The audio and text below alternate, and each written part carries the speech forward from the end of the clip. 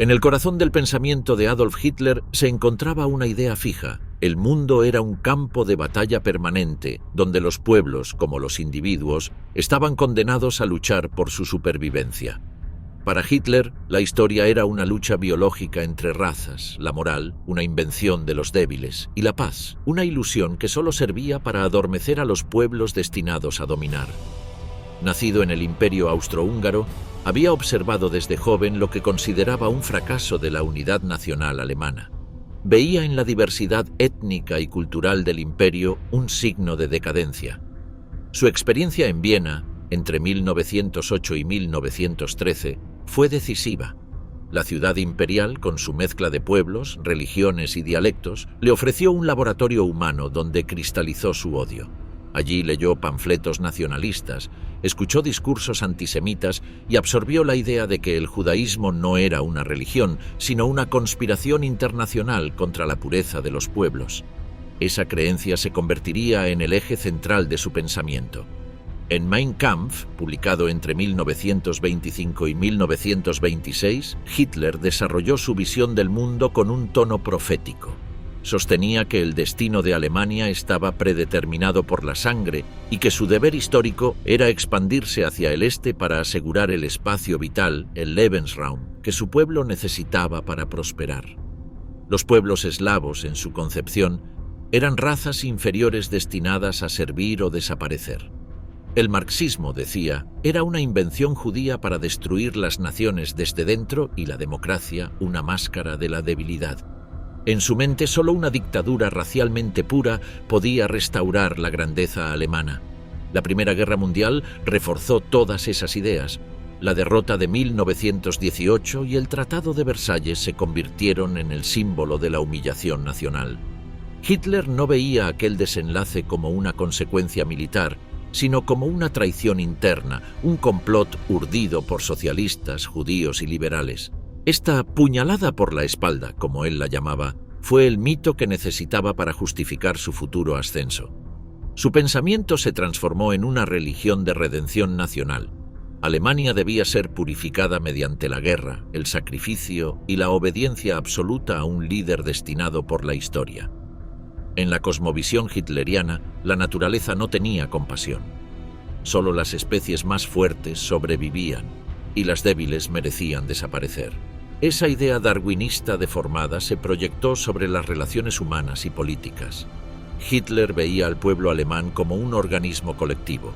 Cada individuo debía servir al cuerpo racial, y quien no lo hacía era un parásito. En sus discursos repetía que el hombre moderno había olvidado la dureza de la vida y que su misión era devolverle el instinto de lucha. El mundo no cambiará por medio de discursos, sino por el hierro y la sangre, decía, convencido de que la historia premiaba a los pueblos dispuestos a matar por su destino. Su visión del arte, la educación y la cultura derivaba del mismo principio. Todo debía estar al servicio del Estado racial. El arte debía exaltar la fuerza, la disciplina y la pureza. La educación debía moldear cuerpos y mentes. La ciencia debía subordinarse al propósito biológico del Reich. Para Hitler, la razón era útil solo cuando servía a la voluntad del pueblo. Despreciaba el pensamiento libre y el debate intelectual al que consideraba decadente. En su lugar, promovía una estética de grandeza y pureza, una espiritualidad pagana centrada en la sangre y la tierra. El cristianismo, aunque lo utilizó en su retórica pública, le resultaba sospechoso. Lo veía como una religión de compasión, enemiga de la lucha. Sin embargo, comprendía su poder simbólico y lo instrumentó para legitimar su causa. En su retórica, la providencia reemplazaba a Dios, una fuerza abstracta que guiaba a los pueblos fuertes hacia la victoria. «Cumplo la voluntad del Creador al luchar contra los judíos», llegó a afirmar. En su mente, el exterminio no era un crimen, sino una obediencia divina. Hitler construyó su ideología como un sistema cerrado. Cualquier evidencia que lo contradecía era reinterpretada como prueba de la conspiración de sus enemigos. Su entorno político, conformado por figuras como Goebbels, Himmler y Rosenberg, reforzó esa burbuja de pensamiento absoluto. La propaganda nazi se convirtió en el instrumento perfecto para transformar su Weltanschauung en sentido común nacional. La figura del Führer se elevó a la de un profeta infalible y millones de alemanes comenzaron a ver el mundo con sus mismos ojos, como una lucha entre pureza y corrupción, entre destino y traición. Rearme y preparación militar en secreto. Cuando Hitler asumió el poder en enero de 1933, el Tratado de Versalles aún pesaba sobre Alemania como una cadena. Limitaba su ejército a 100.000 hombres, prohibía la aviación militar y restringía la construcción naval. Para él aquellas condiciones eran una humillación impuesta por enemigos que temían el regreso del poder alemán. En sus primeros discursos ante los jefes de la Reichswehr, el nuevo canciller fue claro. El tratado debía ser abolido, no por negociación, sino por hechos consumados. El derecho no se pide, se impone, dijo. Y así comenzó el rearmamento en secreto. Hitler comprendió que su principal arma no era el acero, sino el tiempo. Durante los primeros años del Tercer Reich, su estrategia fue ganar cada minuto posible mientras engañaba a las potencias occidentales con gestos de aparente moderación. Nombró a Hermann Göring responsable del recién creado Ministerio del Aire, disfrazado como una institución civil. Al mismo tiempo, los laboratorios alemanes empezaron a desarrollar motores, aviones y bombas bajo el pretexto de investigación científica. Las fábricas Krupp, Daimler y Messerschmitt trabajaban a plena capacidad en contratos encubiertos con el Estado. En 1934, Hitler se aseguró el control absoluto sobre las Fuerzas Armadas. Tras la purga de la Noche de los Cuchillos Largos, en la que eliminó a Ernst Röhm y a la cúpula de las SA, logró el apoyo del ejército regular, que veía en él un defensor del orden frente a la revolución. Con la muerte del presidente Hindenburg en 1934, se autoproclamó Führer und Reichskanzler, fusionando el liderazgo político y militar. Desde ese momento, todo juramento de fidelidad debía hacerse directamente a su persona, no al Estado alemán.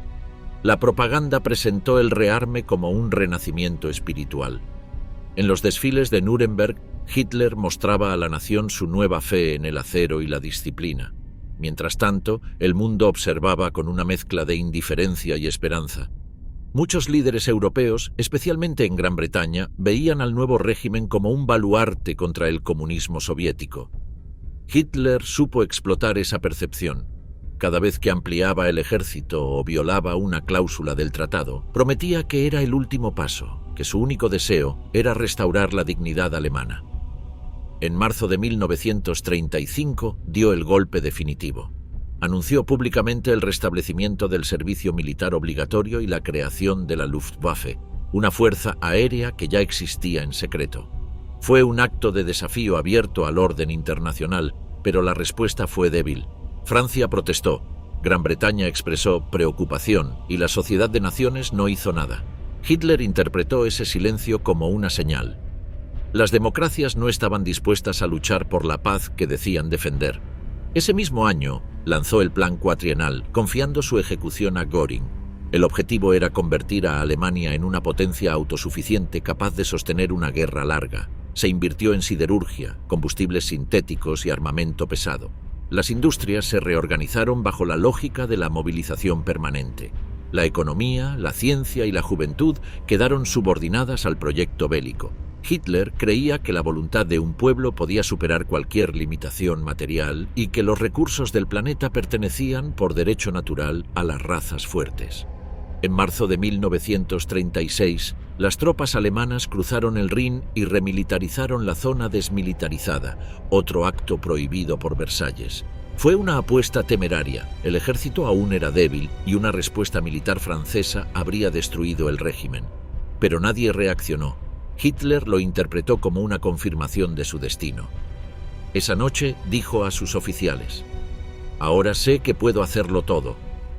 A partir de entonces, su confianza en su intuición estratégica se convirtió en dogma.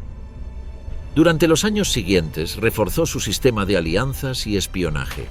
Italia, bajo Mussolini, se convirtió en su socio natural. Ambos compartían la retórica del expansionismo y el desprecio por las democracias liberales. Japón, en Asia, se sumó al pacto anticomintern de 1936, sellando un frente ideológico contra el comunismo. Hitler veía en esa alianza la prueba de que la historia estaba de su lado.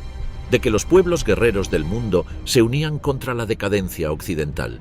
Simultáneamente, el aparato propagandístico de Goebbels intensificó su trabajo. Cada anuncio de armamento o de victoria diplomática se presentaba como un triunfo de la voluntad nacional. El pueblo alemán no veía tanques ni aviones, sino símbolos de orgullo. Las escuelas inculcaban la obediencia y el sacrificio. Las juventudes hitlerianas se entrenaban físicamente para el combate. Los trabajadores marchaban al ritmo de consignas sobre el destino del Reich. El país se transformó en una maquinaria psicológica de guerra antes de disparar un solo tiro.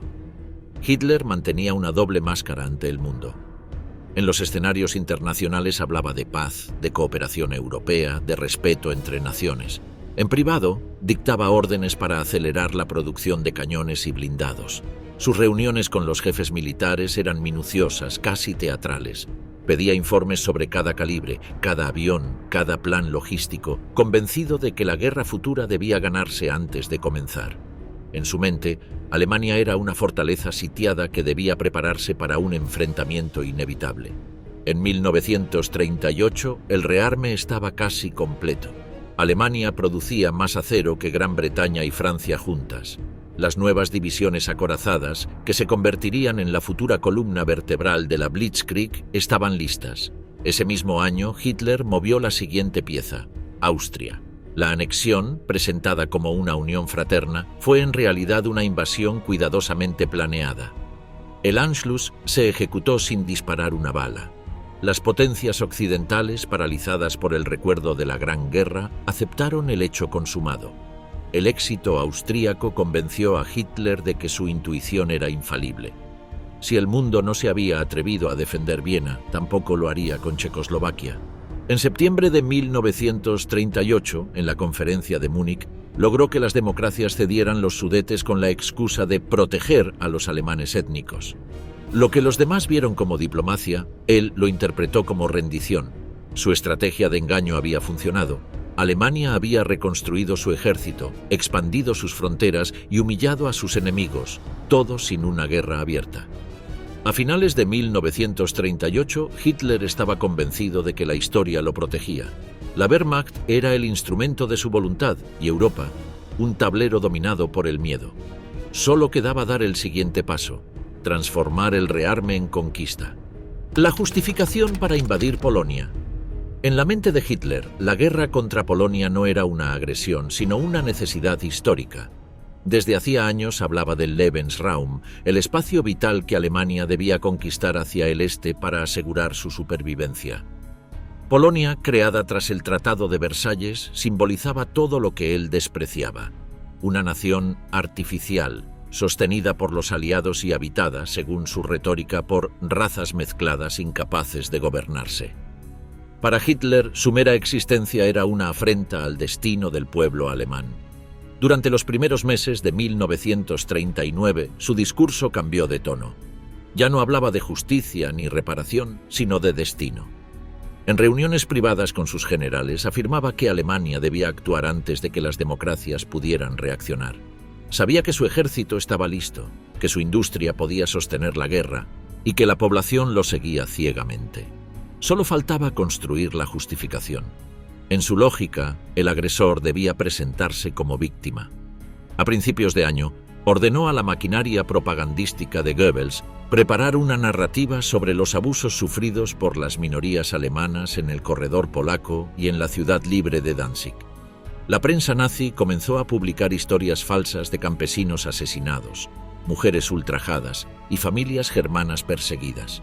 Los noticieros mostraban imágenes de ataúdes cubiertos con banderas alemanas y cada discurso oficial terminaba con la misma idea: Alemania no podía permanecer impasible ante el sufrimiento de su pueblo. La diplomacia, mientras tanto, era una farsa cuidadosamente construida. Hitler se mostraba ante el mundo como un líder paciente, dispuesto a dialogar. Hablaba de autodeterminación y paz, sabiendo que las democracias europeas temían una nueva guerra, pero en secreto, desde abril, había dado la orden de preparar la invasión. El plan se llamó Fall Base, o Caso Blanco, y fijaba el inicio de las operaciones para septiembre de 1939. Lo que Hitler necesitaba no era una excusa moral, sino un acto teatral que diera apariencia de defensa. La idea de una provocación encubierta surgió en el seno de la SS. Reinhard Heydrich, siguiendo las órdenes de Himmler, diseñó una operación falsa que justificara la ofensiva. La noche del 31 de agosto, un grupo de agentes disfrazados con uniformes polacos atacó una estación de radio alemana en la localidad de Gleiwitz. Dejaron tras de sí varios cadáveres, prisioneros del campo de concentración de Dachau, ejecutados minutos antes y vestidos como soldados enemigos. Al amanecer, la noticia se transmitió por toda Alemania. Polonia había agredido al Reich. Hitler se presentó ante el Reichstag el 1 de septiembre de 1939. Su discurso, cuidadosamente redactado, mezcló indignación, destino y venganza. Desde esta madrugada, las tropas alemanas responden a los ataques polacos, proclamó. En realidad, más de 1,5 millones de soldados alemanes ya avanzaban sobre territorio polaco. La invasión fue rápida y devastadora. La Wehrmacht desplegó una combinación inédita de fuerzas acorazadas, artillería móvil y aviación. Era el nacimiento práctico de la Blitzkrieg, la guerra relámpago. Hitler observaba los mapas con satisfacción. En pocos días, las defensas polacas se desmoronaron. Las columnas de tanques atravesaban el país mientras la Luftwaffe destruía carreteras, trenes y refugios civiles. En sus reuniones, el Führer hablaba con fervor místico de la justicia histórica que se cumplía ante sus ojos. Veía la guerra no como una acción política, sino como un acto biológico, la expansión del pueblo fuerte sobre el débil. Cada ciudad conquistada era, para él, una victoria de la naturaleza. El 3 de septiembre, Gran Bretaña y Francia declararon la guerra a Alemania.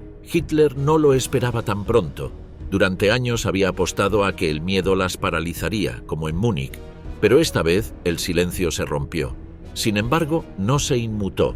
Ante sus generales sonrió y dijo: «Ahora todo dependerá de quién resista más tiempo». Creía que las democracias no tenían voluntad de sacrificio. Su confianza en la victoria era total. Mientras la Wehrmacht avanzaba, Hitler ordenó la cooperación con la Unión Soviética. Semanas antes había firmado con Stalin el pacto de no agresión conocido como Molotov-Ribbentrop. Oficialmente era un acuerdo de neutralidad, pero contenía un protocolo secreto que dividía a Europa del Este en zonas de influencia. El 17 de septiembre, el Ejército Rojo invadió Polonia desde el este, completando la partición del país. Para Hitler era una jugada maestra.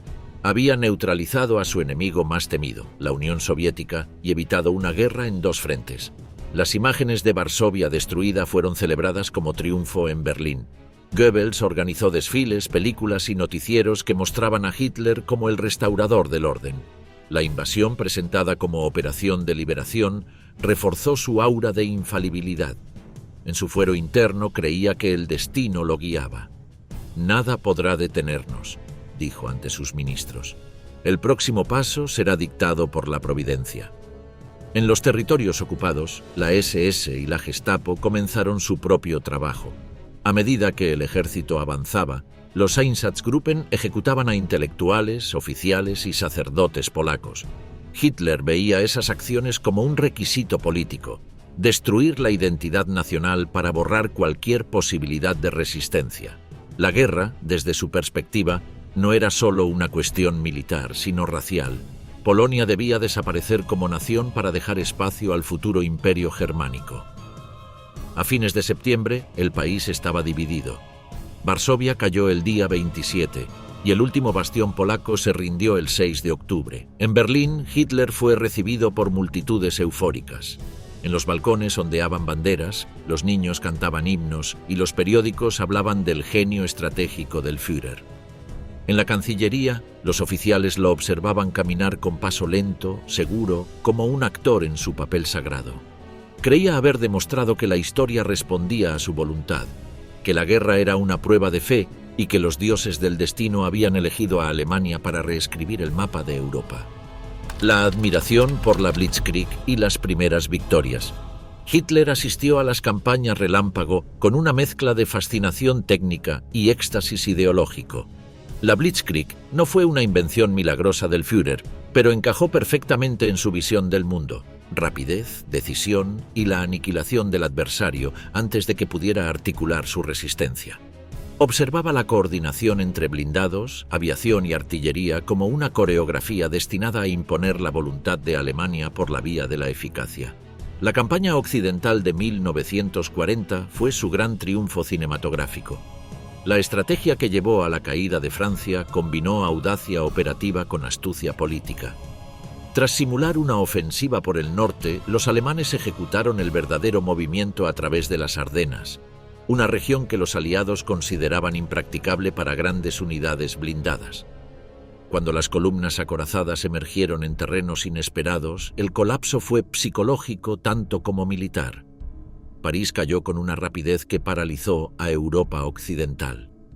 En Berlín, las noticias llegaban como actos sagrados, mapas pintados de avance, fotos de ejércitos ocupando plazas y el sentimiento creciente de un Führer que parecía tocar la historia con la punta de sus dedos. Hitler aprovechó esas victorias no solo como logros militares, sino como actos de legitimación personal. Cada conquista alimentaba la narrativa de infalibilidad que cobraba cuerpo en la propaganda. En su mente, el genio militar no era cuestión de suerte, sino de visión, su capacidad para entender el pulso de la nación, para decidir sin vacilación, para imponer su voluntad sobre las instituciones morales y políticas. La rapidez de la Blitzkrieg reforzó su convicción de que la guerra podía reducirse a un acto de voluntad concentrada y organizada. Noruega y Dinamarca, en abril de 1940, ofrecieron otra demostración de la versatilidad de la máquina de guerra alemana. La operación combinó desembarcos navales, paracaidistas y la pronta neutralización de capacidades enemigas para asegurar el acceso al Atlántico Norte y los recursos de hierro noruegos. Hitler valoró estos éxitos por su mezcla de audacia operativa y resultado estratégico. Proteger líneas de suministro, controlar puertos y asegurar material industrial. Cada misión exitosa confirmaba un patrón mental. Si la velocidad y la sorpresa se sostenían con apoyo logístico, la guerra se convertía en una serie de victorias casi inevitables. La caída de Francia, sin embargo, tuvo un efecto simbólico profundo. La humillación de la Tercera República y la capitulación sin una defensa prolongada en el corazón de Europa reforzaron en Hitler la idea de la debilidad occidental. Interpretó la ausencia de voluntad de combate como una deuda histórica que las democracias pagarían una y otra vez. La ocupación de París fue mostrada en la prensa nazi como la consumación de un ciclo, la restitución del honor alemán y la confirmación del Führer como su arquitecto.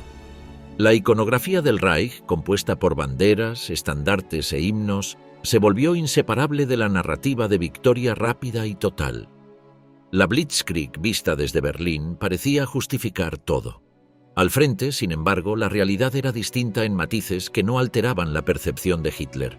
Las tropas experimentaban problemas logísticos, las columnas blindadas sufrían por el mantenimiento y el combustible, y la ocupación traía la necesidad de administrar territorios con poblaciones hostiles. Pero estos obstáculos no contradecían la tesis central del Führer, que la guerra relámpago permitía imponer soluciones rápidas y que, en consecuencia, la resistencia enemiga podía ser aplastada antes de que sus defectos estructurales se convirtieran en una amenaza. En la política interior, las victorias generaron un efecto de retroalimentación. La euforia colectiva reforzó la obediencia y la devoción hacia el liderazgo. El culto a la personalidad se alimentó de triunfos militares que se presentaban como pruebas de una verdad suprema. La historia favorecía a los fuertes. En los discursos de la Cancillería, cada avance se traducía en preceptos morales. La guerra relámpago se convirtió en metáfora de la pureza y la decisividad que debía regir la vida del Reich. No obstante, la admiración de Hitler por la Blitzkrieg tenía límites conceptuales. La identificaba con la victoria absoluta y la aplicaba como doctrina universal. La velocidad dejó de ser solo una táctica para convertirse en una exigencia estratégica. La guerra debía ser rápida o no ser. Esa premisa lo llevaría más adelante a evaluar con exceso de optimismo operaciones cuyas variables logísticas y geográficas escapaban a la flexibilidad de la guerra relámpago. Mientras Europa se transformaba bajo la sombra del Reich, Hitler contemplaba el tablero continental con la seguridad de quien cree poseer la mano ganadora. La Blitzkrieg no solo derrumbaba estados, también cimentaba una fe personal, que la voluntad concentrada, legitimada por la eficacia técnica y el ardor nacional, convertía en real lo que hasta entonces era pensamiento. Desde su despacho, rodeado de mapas y reportes, empezaba a delinear pasos aún más ambiciosos. Creía que, si la campaña occidental había sido una demostración de fuerza imparable, el siguiente acto sería la confirmación definitiva de su genio. Hitler como comandante supremo, la ilusión del genio militar.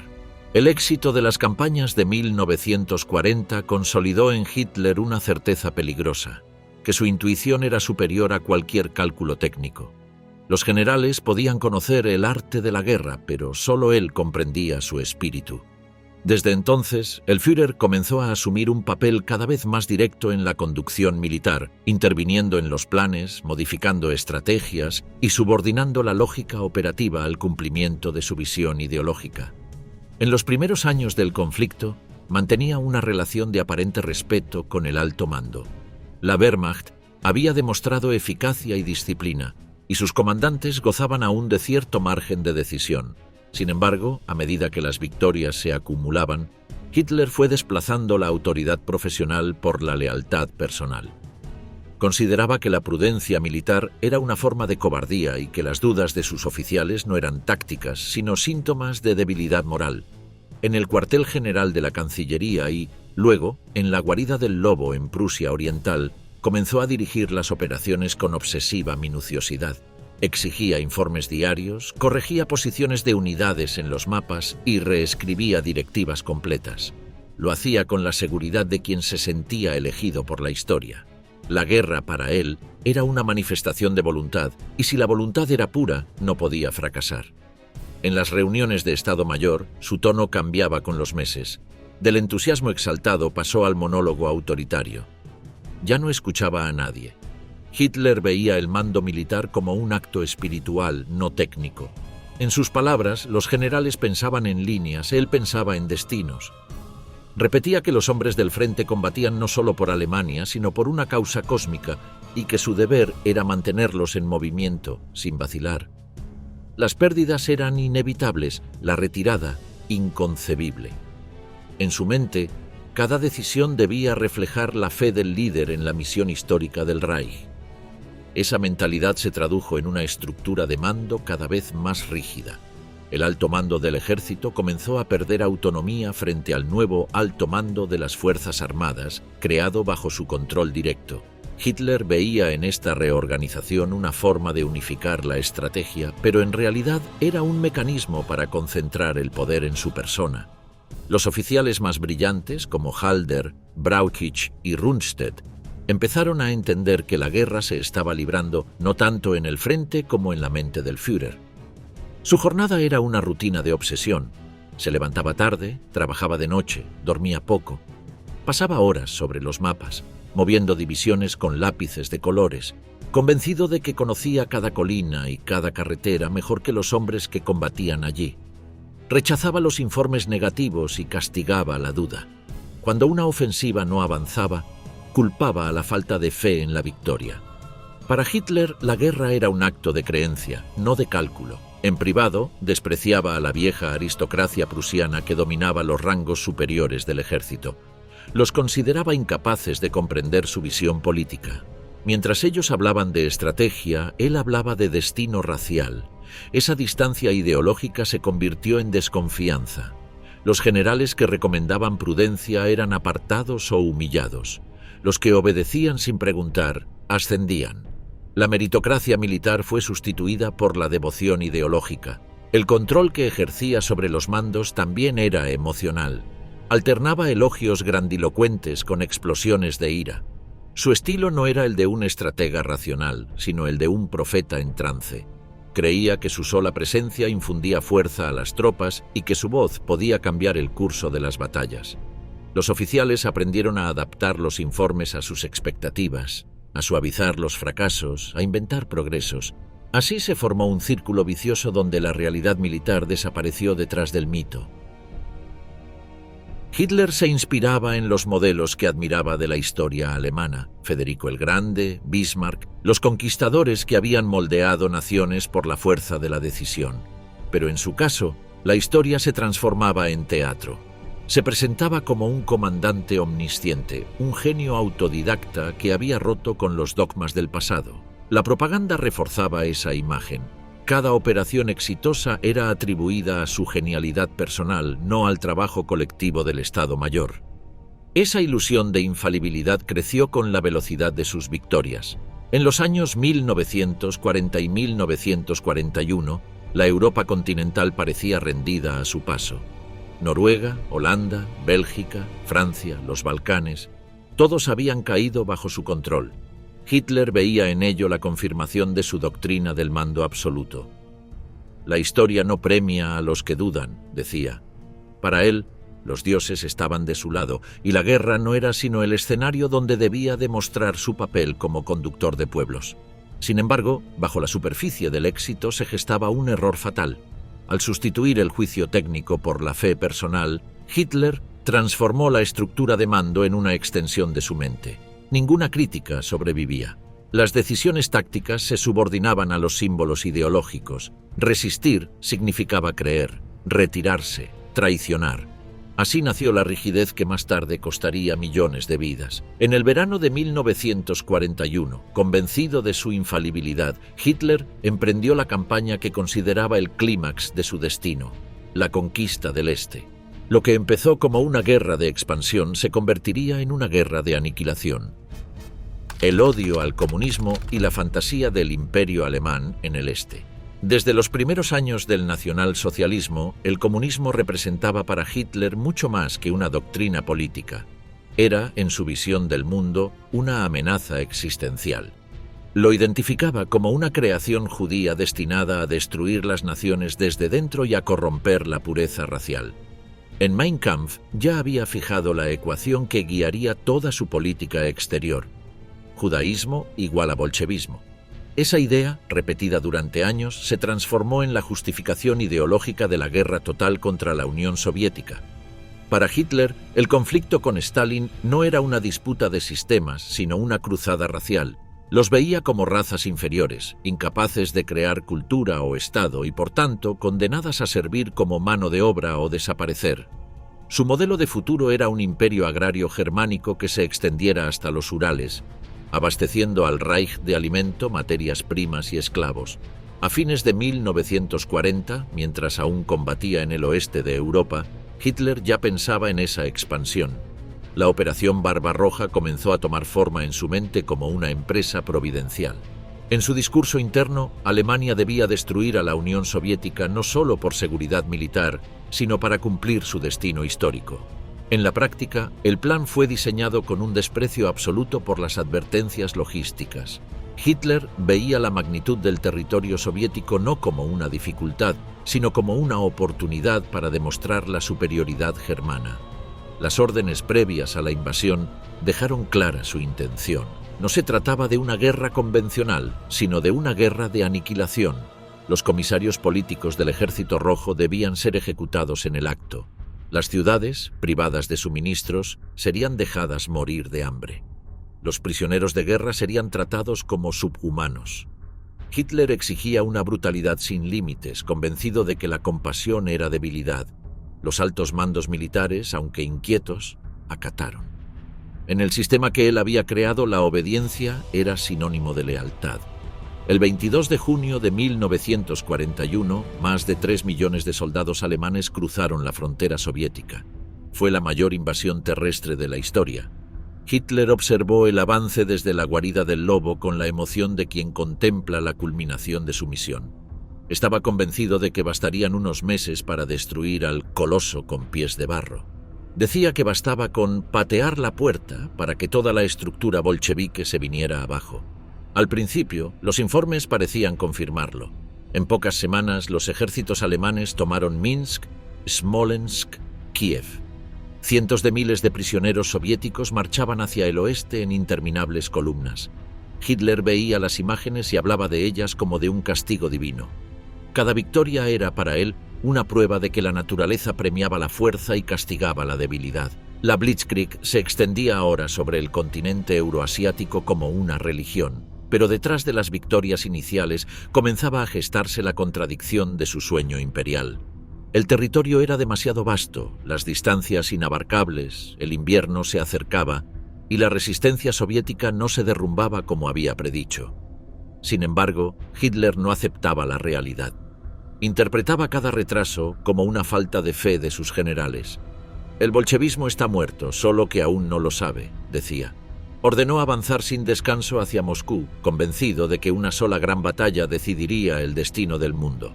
Al mismo tiempo, el aparato de ocupación nazi ponía en marcha la otra cara del plan, la colonización y el exterminio.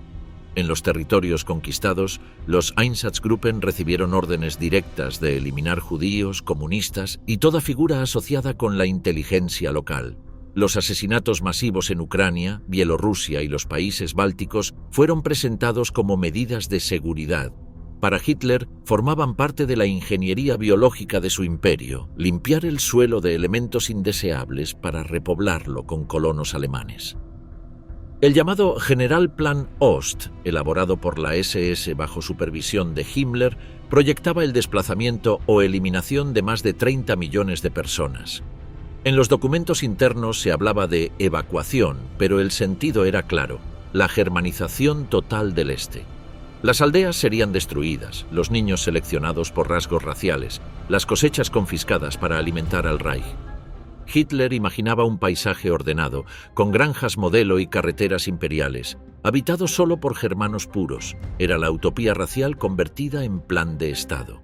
En Berlín, la propaganda mantenía la narrativa del triunfo inevitable. El Führer aparecía rodeado de mapas, señalando avances, prometiendo la caída inminente de Moscú. En su discurso del 3 de octubre de 1941, declaró que la Unión Soviética ya estaba quebrada y no volvería a levantarse. Pero a pocos kilómetros de la capital rusa, el avance se detuvo. El invierno llegó antes de lo previsto. Las temperaturas cayeron a 40 grados bajo cero. Los tanques no arrancaban, los fusiles se congelaban, las divisiones carecían de abrigo. Los generales pedían retroceder y reagruparse, pero Hitler lo prohibió. No podía aceptar que su visión del destino alemán fuese desmentida por el clima o por la resistencia de un pueblo que consideraba inferior. «El soldado alemán debe aprender a soportar el sufrimiento», gritó en una reunión. Su decisión condenó a decenas de miles de hombres a morir congelados en las estepas. Sin embargo, la derrota no alteró su convicción. La guerra en el este era sagrada y debía continuar hasta el exterminio del enemigo. El fracaso ante Moscú marcó el principio del fin del mito de la invencibilidad, pero en el interior del Führer solo reforzó su obsesión. Convencido de que la naturaleza misma le había dado una misión, Hitler se aferró con más fuerza a su fantasía imperial. En su mente, el este seguía siendo la clave del futuro alemán. Una tierra inmensa, purificada por la violencia, donde su pueblo reinaría por 1000 años. La realidad, sin embargo, empezaba a quebrar esa ilusión. La Unión Soviética no estaba vencida, sus fábricas producían más armas, sus ejércitos se reagrupaban y el invierno no hacía distinciones raciales. El Holocausto como parte central del proyecto de guerra. Para Hitler, la cuestión judía no era un problema social a resolver en el interior del Reich, era una pieza estratégica en su tablero bélico. Desde su primer vocabulario político, el antisemitismo ocupó un lugar central. Con la guerra, esa hostilidad se transformó en política de Estado y en herramienta para maximizar los recursos del conflicto.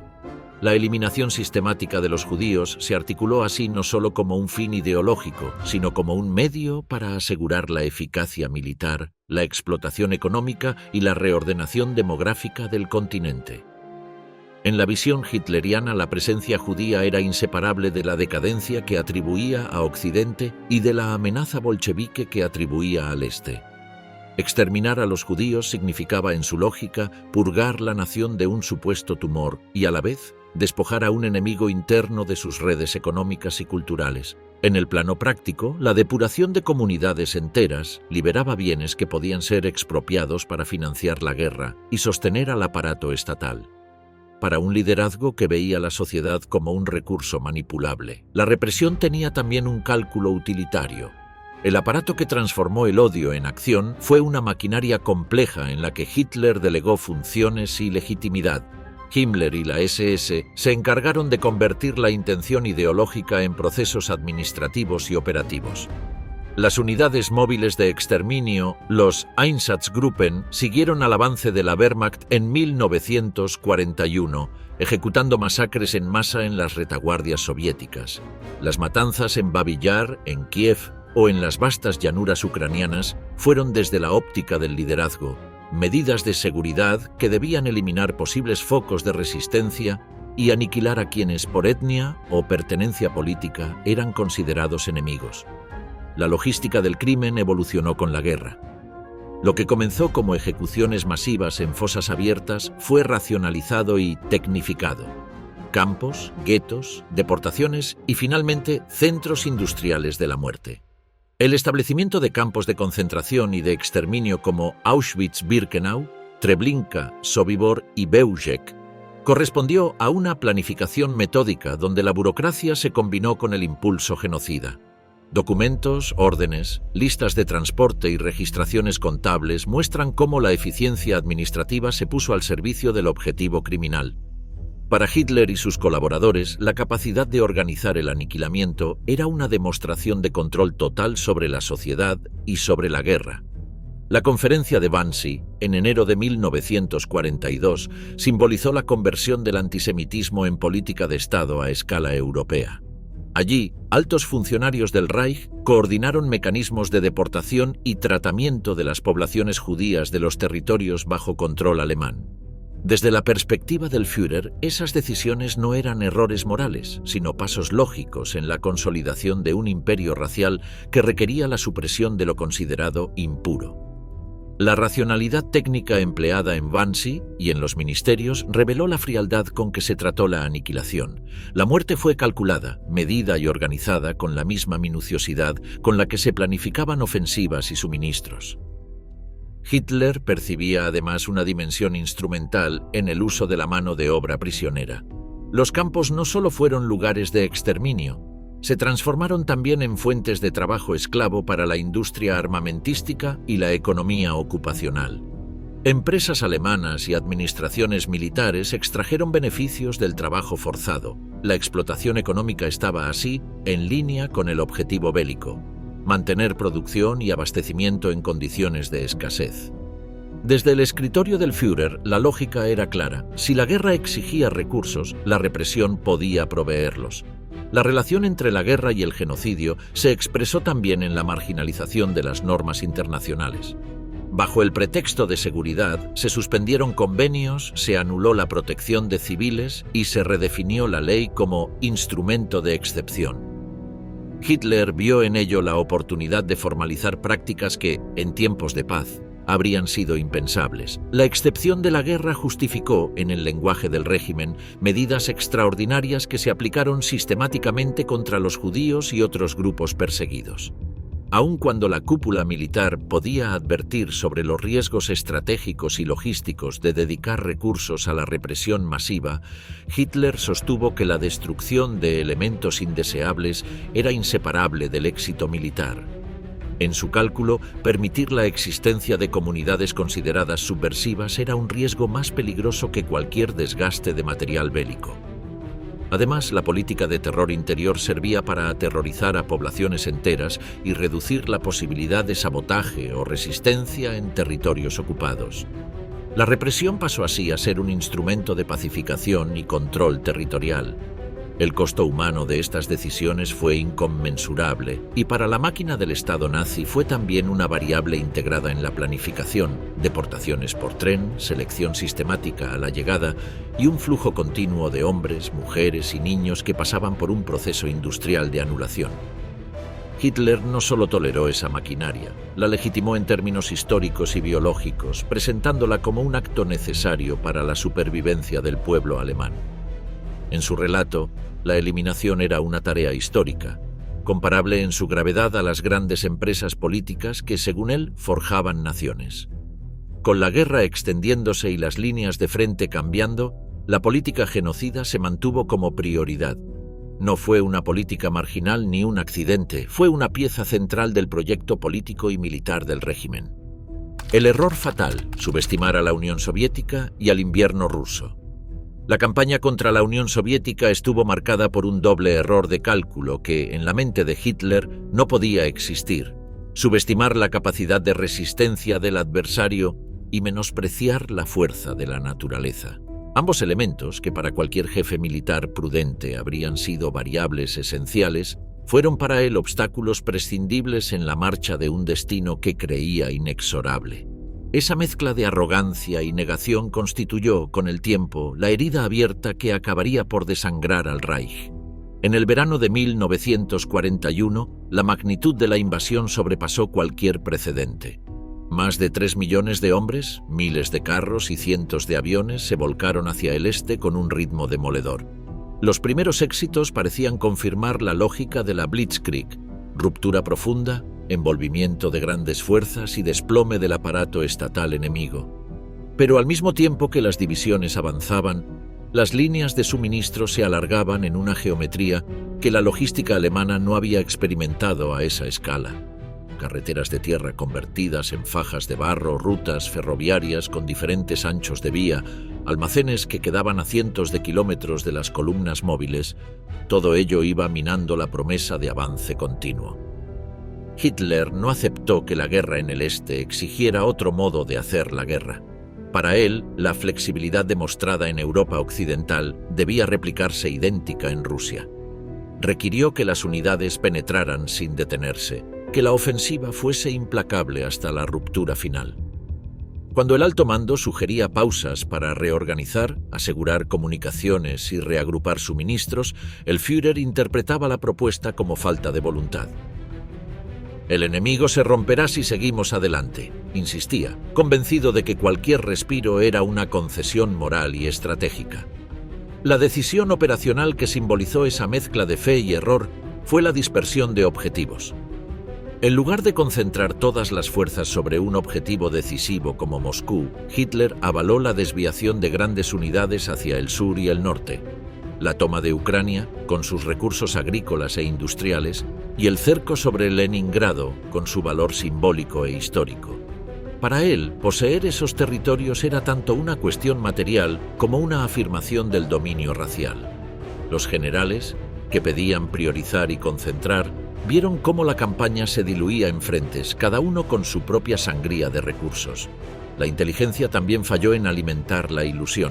Informes optimistas sobre la descomposición interna del Soviet, cálculos erróneos sobre la capacidad de movilización industrial y la subestimación del espíritu de resistencia alimentaron la falsa convicción de una victoria rápida. Hitler, que ya vivía en una esfera de certezas, acogió esas lecturas como confirmación. En sus discursos y reuniones rechazaba la posibilidad de una guerra larga, la consideraba una herejía táctica. Ese rechazo estructural a la incertidumbre lo llevó a planificar con supuesta exactitud algo que, por definición, era imprevisible. Cuando el invierno llegó, la realidad desmintió con crudeza esa seguridad. El frío ruso no fue una metáfora, fue una maquinaria que desarticuló logística y hombres. Temperaturas extremas congelaron carburadores, petrificaron lubricantes y redujeron la movilidad de las máquinas. Las vías se convirtieron en trampas, los camiones quedaron varados y la escasez de abrigo y raciones transformó a las tropas en víctimas del clima tanto como del combate. Problemas logísticos como la falta de ropa invernal adecuada, la insuficiencia de repuestos o la rotura de cadenas de suministro revelaron que el avance había sido posible únicamente por la audacia momentánea, no por la sostenibilidad del esfuerzo. Hitler, lejos de admitir que la naturaleza había erigido una barrera, interpretó el estancamiento como prueba de cobardía o traición. Las peticiones de retirada o de reorganización fueron consideradas por él como actos de rendición moral. En lugar de delegar en sus jefes militares con plenos poderes técnicos, endureció órdenes y prohibiciones: no retroceder, mantener posiciones a cualquier costo, castigar con severidad cualquier iniciativa local que contradijera la línea superior. La guerra dejó de ser un proceso adaptativo para convertirse en un mandamiento dogmático. Esa conversión religiosa de la estrategia tuvo consecuencias concretas. Las unidades quedaron inmovilizadas en posiciones que el suministro no podía sostener. La pérdida de hombres por clima y combate se aceleró.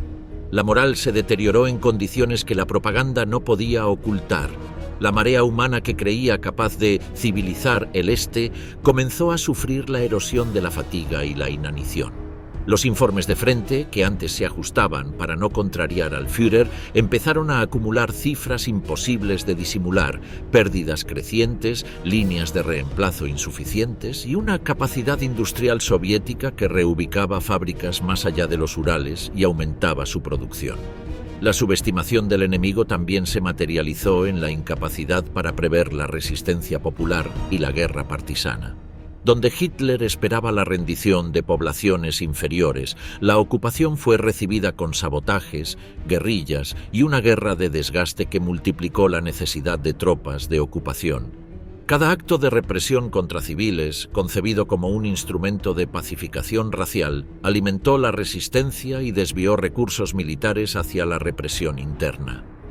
La frontera entre operaciones contra ejércitos y operaciones de seguridad se desdibujó y el esfuerzo bélico se fragmentó en 1000 tareas contradictorias. En la Cancillería la respuesta fue la reiteración de la voluntad. Hitler se encerró aún más en su ciclo de decisiones imperativas.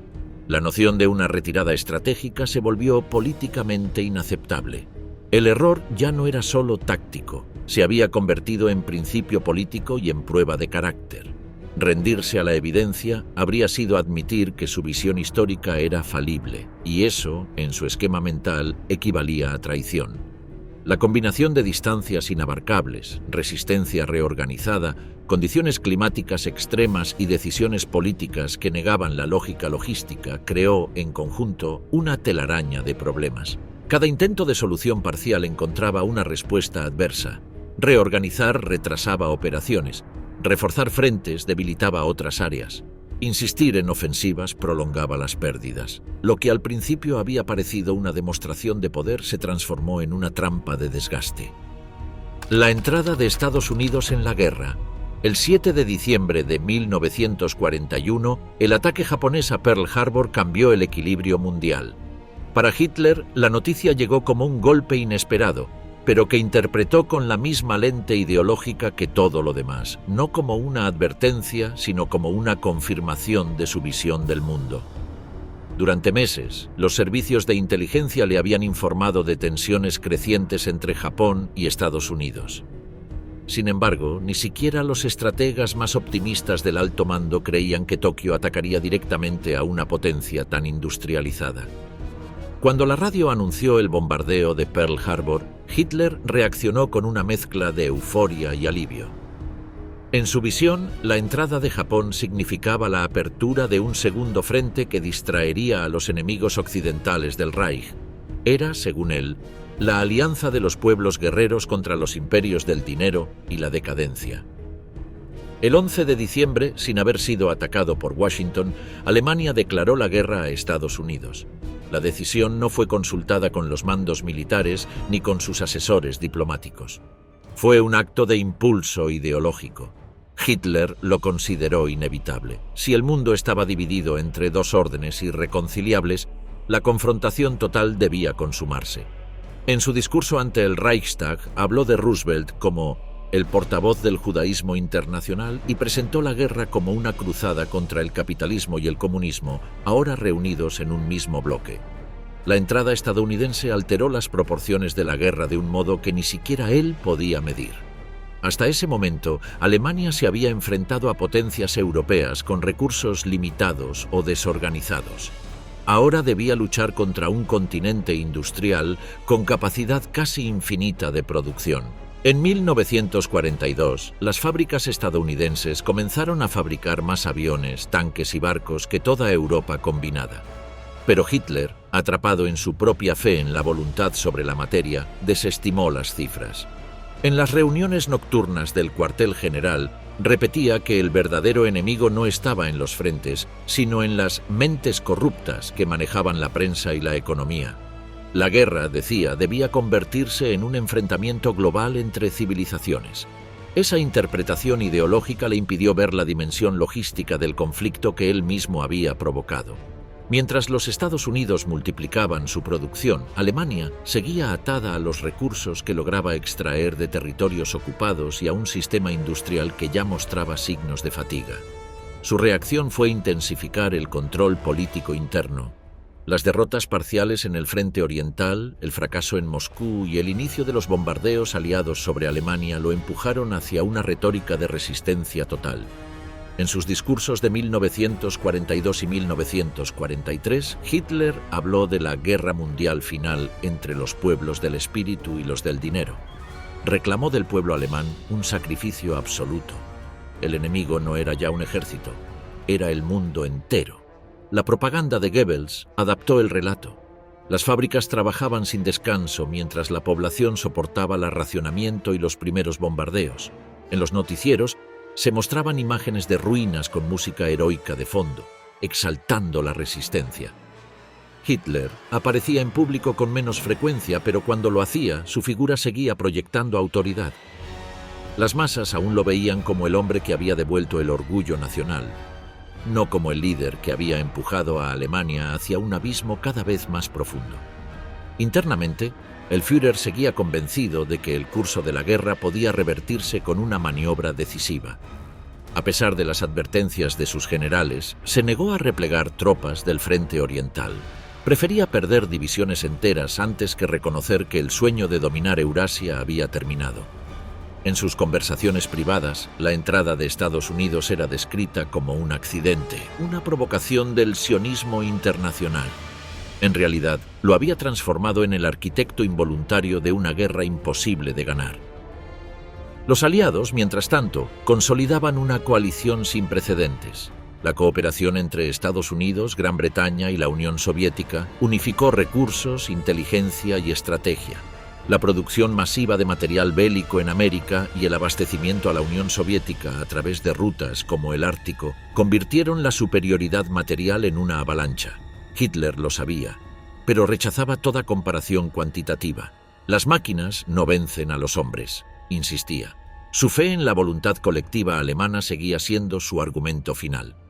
A partir de 1943, la diferencia entre fe e ilusión se volvió irreconciliable.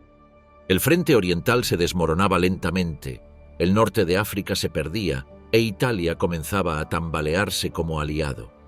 Pero Hitler se negaba a admitir que la guerra se había transformado en una lucha de resistencia desesperada. En sus palabras, Alemania no puede perder, solo los alemanes pueden fallar.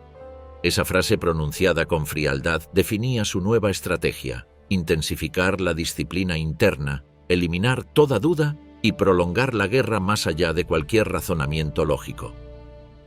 El 18 de febrero de 1943, Goebbels pronunció en Berlín el célebre discurso de la guerra total, reflejando el pensamiento del Führer. Era la admisión tácita de que el sueño imperial había fracasado, pero también el intento de transformar el desastre en una epopeya de sacrificio. La desconfianza llegó a permear incluso el propio círculo de poder. Hitler, cada vez más aislado, desconfiaba de sus colaboradores más cercanos. La competencia entre ministros y jefes de partido le resultaba útil porque impedía la consolidación de una alternativa capaz de disputarle el mando, pero también lo privó de una oposición leal que pudiera corregir errores estratégicos. En vez de un asesoramiento pluridisciplinario, la Cancillería acumuló adhesiones que reproducían las convicciones del Führer sin someterlas a prueba. El resultado material fue perverso. En el terreno militar, la centralización dificultó respuestas rápidas e inteligentes.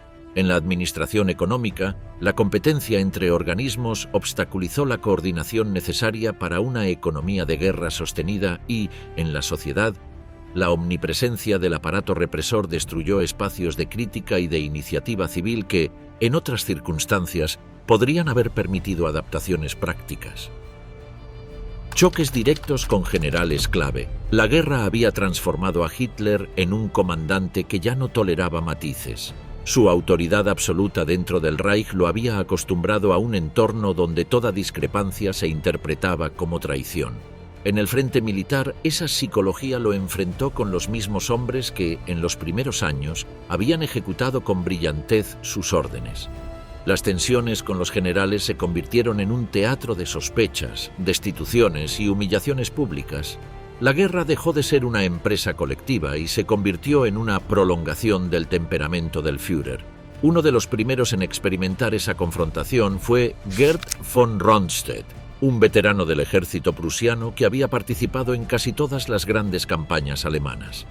Respetado por su experiencia, representaba la tradición profesional que Hitler despreciaba. En el frente occidental, durante 1941 y 1942, Rundstedt se atrevió a expresar lo que muchos pensaban en silencio: que la guerra total era insostenible, que las líneas eran demasiado extensas, que el enemigo tenía superioridad material. Hitler interpretó esas observaciones como derrotismo. Lo destituyó por falta de fe en la victoria y lo reemplazó temporalmente, aunque más tarde lo recontrató, consciente de su capacidad. A partir de entonces, cada encuentro entre ambos fue una pugna silenciosa entre la realidad militar y la obstinación política.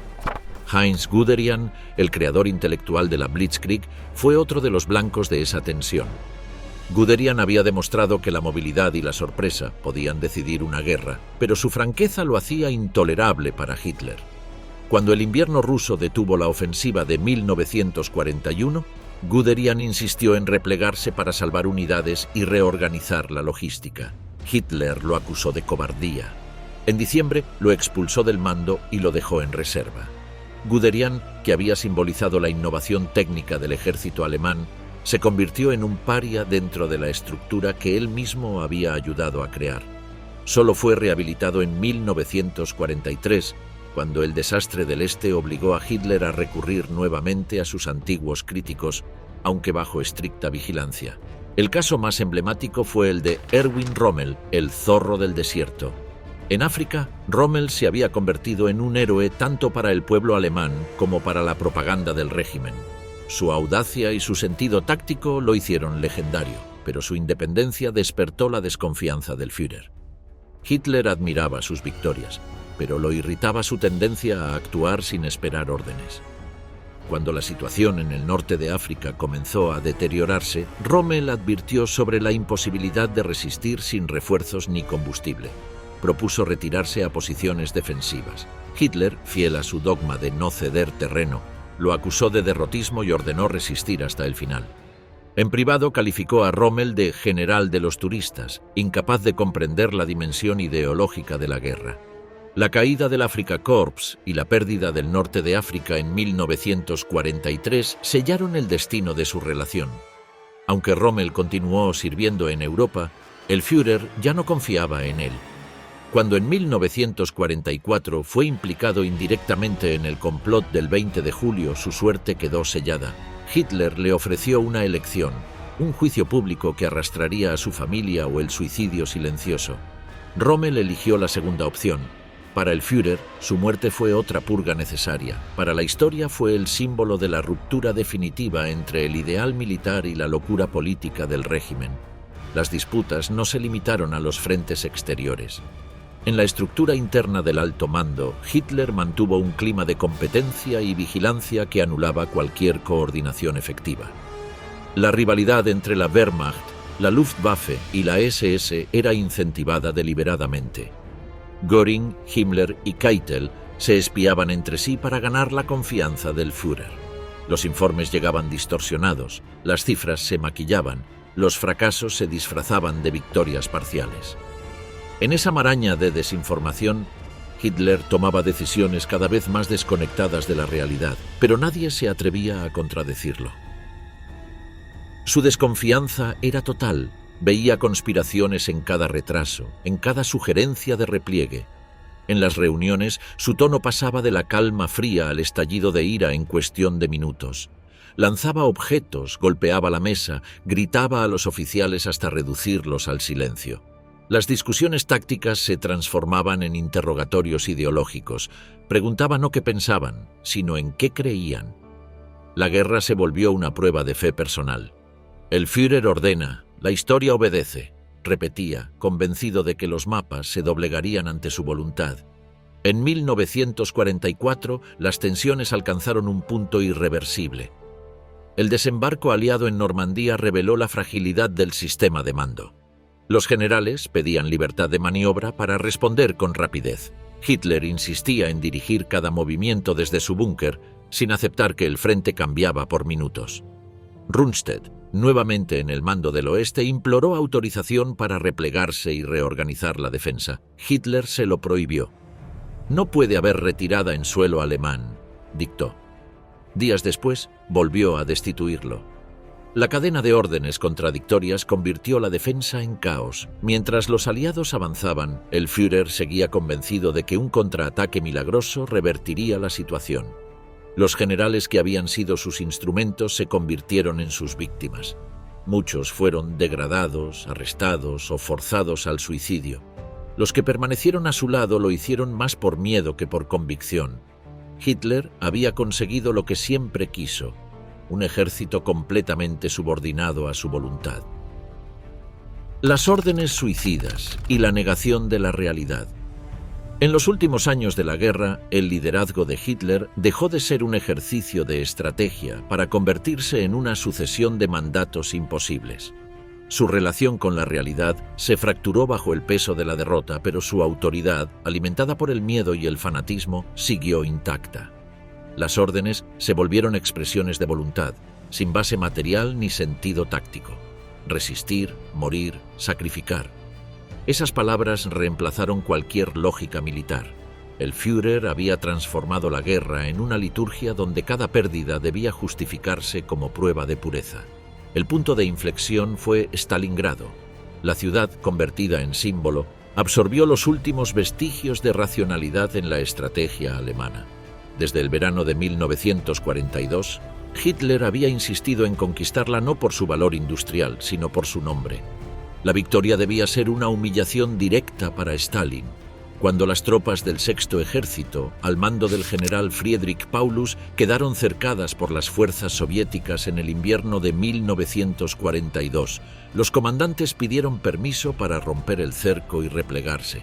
Hitler lo prohibió. «Stalingrado se tomará o se perderá hasta el último hombre», ordenó. Durante semanas, los soldados alemanes resistieron entre ruinas y temperaturas bajo cero, rodeados por un enemigo que crecía en número. La Luftwaffe prometió abastecimiento aéreo, pero la realidad lo desmintió. Los aviones apenas podían cubrir una fracción de las necesidades diarias. Aún así, Hitler exigía mantener la posición. Su lógica era simbólica. Si Stalingrado caía, el mito de la infalibilidad alemana colapsaría con ella. Cuando el general Paulus se rindió el 2 de febrero de 1943 con casi 100.000 supervivientes famélicos, Hitler lo consideró un traidor. Se debió suicidar como un verdadero alemán, dijo, incapaz de aceptar que su orden había conducido a la aniquilación de un ejército entero. Desde ese momento, la retirada desapareció de su vocabulario. Cada frente debía mantenerse a cualquier costo. Los oficiales que intentaban razonar eran despedidos o enviados al frente sin mando.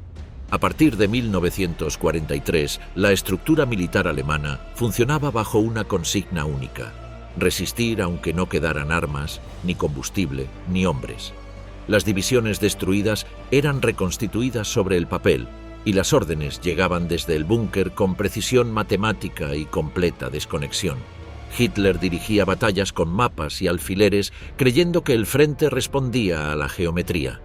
La distancia entre sus decisiones y la realidad del campo de combate creció hasta volverse abismo. El mismo fenómeno se repitió en Kursk en el verano de 1943. Hitler insistió en lanzar una ofensiva gigantesca para recuperar la iniciativa en el este, convencido de que un golpe decisivo podía revertir la marea. Los generales advirtieron que la sorpresa se había perdido, que los soviéticos estaban preparados y que la superioridad material del enemigo era ya abrumadora. Ignoró todos los informes. La Operación Ciudadela terminó en una catástrofe, miles de tanques destruidos, pérdidas irrecuperables y el fin definitivo de la ofensiva alemana en el frente oriental. Pero para Hitler, Las causas no eran logísticas ni estratégicas, sino espirituales. «Nos faltó fe», murmuró ante sus oficiales, mientras señalaba el mapa con una mano temblorosa. Conforme el Reich retrocedía, la magnitud de las órdenes suicidas aumentó. En 1944, tras el desembarco aliado en Normandía y el colapso del frente occidental, Hitler prohibió cualquier retirada en suelo alemán. Cada ciudad debía convertirse en una fortaleza, cada soldado en un muro. Berlín, Danzig, Breslau, Königsberg, todas fueron declaradas plazas de resistencia total.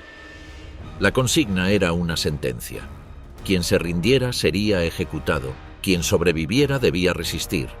Mientras tanto, los civiles eran reclutados en milicias improvisadas, los niños de las juventudes hitlerianas recibían rifles y consignas de gloria, y la SS ejecutaba sumariamente a los que intentaban huir. La descomposición del Estado se disfrazó de disciplina. Hitler veía en el sufrimiento del pueblo una forma de redención nacional. Las pérdidas eran inevitables, la derrota imposible. En la retórica del Führer, cada ciudad destruida era una ofrenda a la grandeza alemana. La propaganda de Goebbels hablaba de sacrificio heroico, mientras las bombas aliadas arrasaban Hamburgo, Dresde y Berlín. En los informes militares, los números de bajas se omitían o se transformaban en cifras abstractas, imposibles de discutir. La verdad era un lujo que el régimen ya no podía permitirse. El aislamiento del Führer alcanzó su punto máximo en 1945. Encerrado en el búnker de la Cancillería, rodeado de secretarios, ayudantes y un círculo de oficiales fieles, Hitler seguía dictando órdenes a ejércitos inexistentes. Pedía movimientos imposibles, reclamaba divisiones fantasmas, insistía en contraataques desde frentes que ya no existían. Sus ayudantes marcaban las líneas en los mapas sabiendo que esas unidades habían sido destruidas semanas atrás, pero nadie se atrevía a corregirlo. Las reuniones se habían convertido en rituales de obediencia. Todos asentían, todos fingían que la guerra continuaba. A medida que el cerco soviético se cerraba sobre Berlín, sus órdenes adoptaron un tono de purga. Mandó fusilar a oficiales acusados de debilidad. Ordenó destruir infraestructuras esenciales para evitar que el enemigo las utilizara y dispuso la quema de archivos y obras de arte. Su lógica final era simple y devastadora. Si Alemania había fallado en su misión histórica, debía desaparecer con él. «El pueblo alemán me ha traicionado», dijo en su última conferencia militar. «No merece sobrevivir». La ruptura total, el complot del 20 de julio de 1944. El atentado del 20 de julio de 1944 fue más que un intento de asesinato. Representó el colapso interno de la fidelidad ciega que había sostenido al régimen. Durante años, la figura de Hitler había sido intocable dentro de la jerarquía alemana. El juramento personal de lealtad, instaurado desde 1934, convertía cualquier oposición en crimen sagrado. Pero a medida que la guerra se tornaba en catástrofe, un grupo de oficiales, diplomáticos y miembros del Estado Mayor comenzó a concebir lo impensable: eliminar al Führer para salvar lo que quedara de Alemania. El general Klaus von Stauffenberg, mutilado en África y testigo del derrumbe del Reich, encarnó la contradicción de una élite militar que había servido con disciplina al régimen, pero que ahora lo veía como un destructor de la nación. Junto a él se unieron oficiales como Henning von Treschow, Ludwig Beck y Erwin von Witzleben, entre otros. El plan era simple en concepto y casi imposible en ejecución: asesinar a Hitler, tomar el control de Berlín mediante la Operación Valkyria, un plan de emergencia concebido originalmente para sofocar insurrecciones internas y negociar una paz con los aliados antes de la completa ocupación del país. El 20 de julio, Stauffenberg asistió a una reunión en el cuartel de Rastenburg con una bomba oculta en su maletín. Colocó el artefacto bajo la mesa donde Hitler repasaba mapas con sus oficiales. A las 12:42, la explosión destruyó la sala, mató a 4 personas e hirió a varios asistentes. Pero Hitler sobrevivió. La mesa de roble absorbió buena parte del impacto y le salvó la vida. Aquel detalle cambió el curso de la historia. Las horas siguientes fueron una combinación de confusión y destino. En Berlín, los conspiradores creyeron por un breve momento que el Führer había muerto. Activaron la Operación Valkyria, Movilizaron tropas, arrestaron a miembros de las SS y comenzaron a emitir órdenes en nombre de un nuevo gobierno provisional. Pero la voz de Hitler, transmitida por radio desde Rastenburg esa misma noche, destruyó cualquier esperanza. «Estoy vivo y la venganza será terrible», dijo. El golpe se desmoronó en cuestión de horas. Hitler interpretó el atentado no como un acto de desesperación patriótica, sino como la confirmación de su visión del mundo. Una red de traidores internos dispuestos a destruirlo desde dentro. La sospecha, que durante años había sido herramienta de control, se convirtió en obsesión total. Ordenó una purga inmediata. Miles de personas fueron arrestadas en cuestión de días. Los tribunales del Volksgerichtshof, dirigidos por Roland Freisler, transformaron los juicios en espectáculos públicos de humillación. Los acusados eran insultados, golpeados y colgados con cuerdas de piano, sus cuerpos exhibidos como advertencia. El círculo de poder se estrechó aún más. Hitler ya no confiaba en nadie fuera de su entorno inmediato. Veía enemigos incluso entre los más devotos. Los pocos generales que intentaron razonar con él fueron apartados o forzados al retiro. La cadena de mando, ya debilitada, se convirtió en un laberinto de terror. Ningún oficial sabía si su superior sobreviviría a la semana siguiente. La política de miedo paralizó la toma de decisiones y destruyó los últimos vestigios de cooperación militar. Psicológicamente, el atentado marcó la transición definitiva de Hitler hacia el aislamiento paranoico. Su salud se deterioró visiblemente. Temblores incontrolables, insomnio, episodios de ira prolongada. Pasaba días sin dormir, encerrado en su búnker, revisando mapas con una mano que ya no podía sostener el lápiz con firmeza. Hablaba de la providencia como escudo personal. «Solo la fuerza del destino me protege», repetía, convencido de que su supervivencia era prueba de elección divina. La represión posterior no solo eliminó a los conspiradores, sino a cualquiera que hubiera expresado dudas en el pasado. Oficiales, funcionarios, sacerdotes y miembros de la aristocracia fueron ejecutados sin pruebas. En los meses siguientes, más de 5.000 personas fueron asesinadas en el marco de la purga. La Alemania que Hitler había prometido unificar bajo un ideal se hundía ahora en una ola de violencia dirigida contra sí misma. El efecto político fue devastador. El ejército perdió a muchos de sus mandos más capaces y el miedo reemplazó a la iniciativa. En los frentes, las tropas combatían sin esperanza, mientras en Berlín se hablaba de traición interna como explicación de todas las derrotas. Hitler, en su delirio, veía en cada fracaso un sabotaje. «Si todos me hubieran seguido con fe, la victoria habría sido nuestra», dijo en una reunión con sus ministros, golpeando la mesa con el puño. A partir de entonces, el Führer gobernó un país en ruinas, sostenido solo por fanáticos y burócratas que temían su ira más que la derrota. Lo que había comenzado como un intento desesperado de salvar Alemania terminó consolidando la dictadura en su forma más pura, la de un hombre solo que ya no escuchaba, rodeado de obediencia vacía. El final en el búnker, del Mesías del Reich al líder hundido. El Führer, antaño omnipresente, se había convertido en una sombra encerrada bajo tierra, dirigiendo un imperio que ya solo existía en los mapas de su escritorio. Su mundo se redujo a un laberinto de cemento y acero, el Führerbunker, en los jardines de la Cancillería de Berlín.